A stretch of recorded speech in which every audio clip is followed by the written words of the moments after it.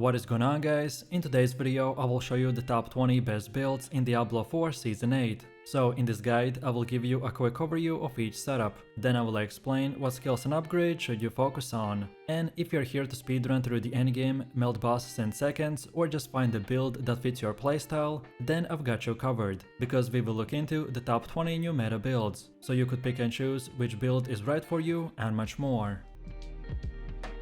Next up we have the Twisting Blades Rogue build, which is a fast and high damage melee setup that is focused on a skill where you throw daggers that spin through the enemies, dealing damage and returning to you for a second hit. Gameplay is all about positioning, using twisting blades to hit multiple enemies in a row, while also taking advantage of mobility skills to stay agile and evade attacks. You can combine this with critical strike enhancement and poison, or even shadow damage, which makes each hit from the blades more devastating. And now for the last A tier build we go the Lightning Storm Druid, which is an elemental caster that harnesses the power of the lightning storm by summoning powerful electrical storms to deal AoE damage to the enemies over time. Your gameplay revolves around maintaining strong positioning and keeping enemies within. The build is focused on managing mana, boosting lightning damage, and controlling the crowds with the other nature-based spells to complement the storm's DPS. And now finally we've come to the S tier, and for the first one we have the Ball Lightning Sorcerer build, which is a high damage projectile based setup that is focused on casting bouncing orbs of lightning that deal continuous damage to the enemies in their path. Your gameplay is all about placing them smartly to hit as many enemies as possible while avoiding direct contact. You will want to focus on enhancing lightning damage, critical strikes, and mana regeneration to keep the orbs bouncing and dealing consistent damage. Next up we have the Dance of the Knights Rogue build, which is a fast-paced AoE focused setup that is centered around a skill that rapidly throws multiple blades in all directions, dealing damage to nearby enemies. Your gameplay revolves around maintaining constant offensive pressure with a high mobility and using dash or smoke grenade to reposition and stay out of danger. You will also further enhance the damage of each thrown knife by stacking critical strike and attack speed.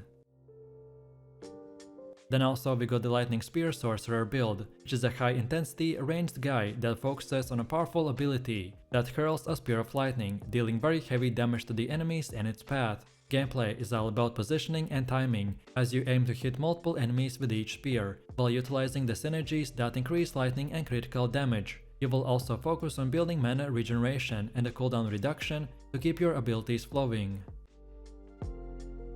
Then next we have my favorite Fireball Sorcerer build, which is a classic ranged mage that revolves around launching explosive projectiles that do AoE fire damage. Gameplay is focused on positioning and timing, as you aim to hit large groups of enemies with the fireball, while enhancing your damage with critical strike and the fire damage bonuses. You will also leverage synergies to increase your fireball's explosion radius and burn damage over time by using Flame Shield or other defensive spells to stay out of harm's way.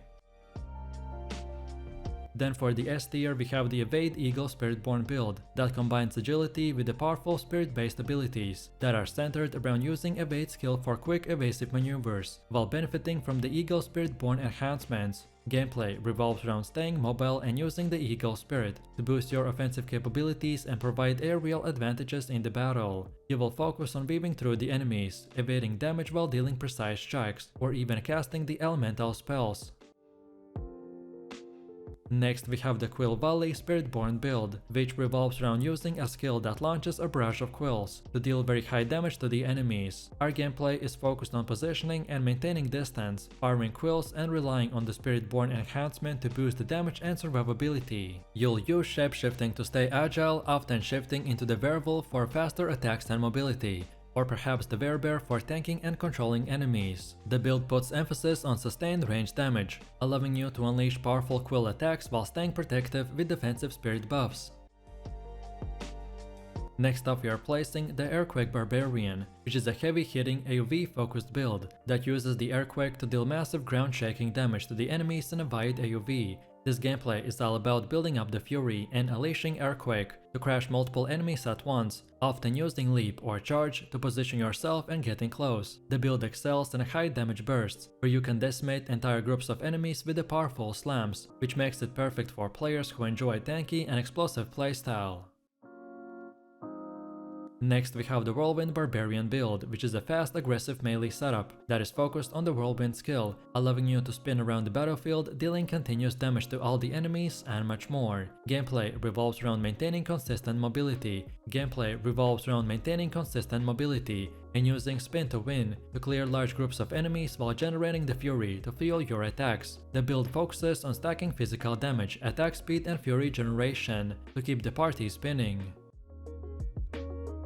Then for the next S tier build we have the Blight Necromancer, which is a poison based setup that is all about releasing a cloud of toxic gas that poisons and weakens the enemies over time. Gameplay is focused on applying persistent poison damage to the enemies while managing essence and utilizing minions to support your damage output. You will want to upgrade this with the corpse explosions or other poison related abilities to deal massive damage to enemies as they remain in the Blight cloud.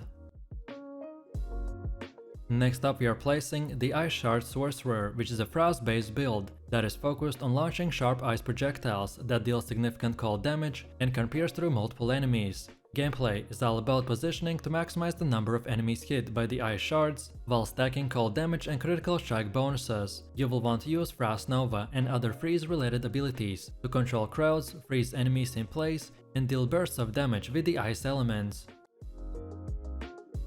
Next up we have the Dead Trap Rogue build. This is a trap based setup that revolves around using a skill that sets up explosions that deals massive damage when triggered by the enemy. Gameplay is focused on strategic placement of traps, luring enemies into them while maintaining mobility and staying out of danger. You can upgrade this build with critical strike damage, trap damage and stealth abilities to ensure that you can hit hard when the enemies least expect it.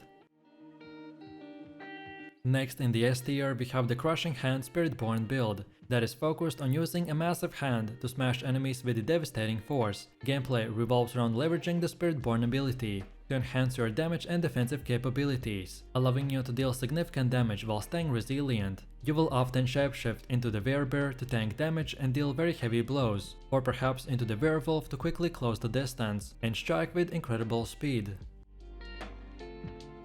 Then next we got the Shadow Step Rogue build. This is a highly mobile, stealth-focused setup that is centered around quickly teleporting behind the enemies and dealing devastating attacks. Gameplay revolves around using the Shadow Step or to engage, reposition and escape, while focusing on a high burst damage through the critical hits and a shadow-based abilities.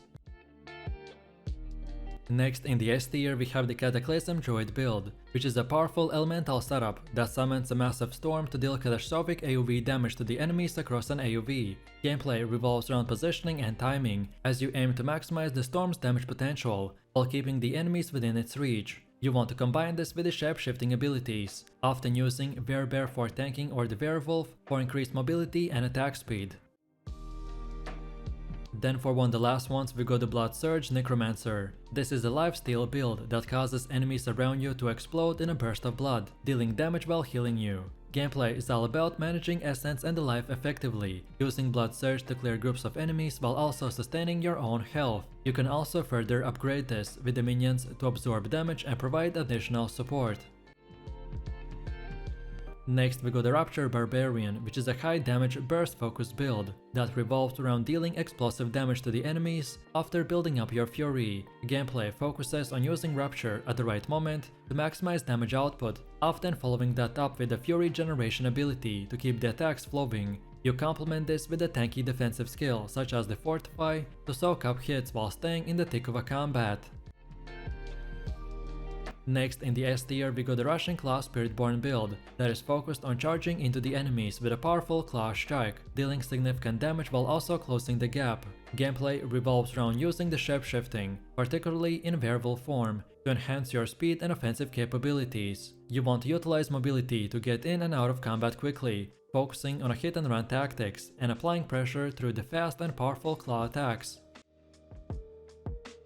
Then for the next one in the S tier we have quite a new and unique hybrid build, aka the Minion Barbarian, that combines traditional barbarian strength with a focus on summoning and commanding a minion. Gameplay is all about using the barbarian berserker's abilities to enhance the effectiveness of the summoned creatures, such as wolves or other primal allies. You'll rely on your minions to engage enemies while you stay in the fray, dealing damage and soaking up the hits. The build is all about creating a balance between the raw physical power and the support of a summoned minion.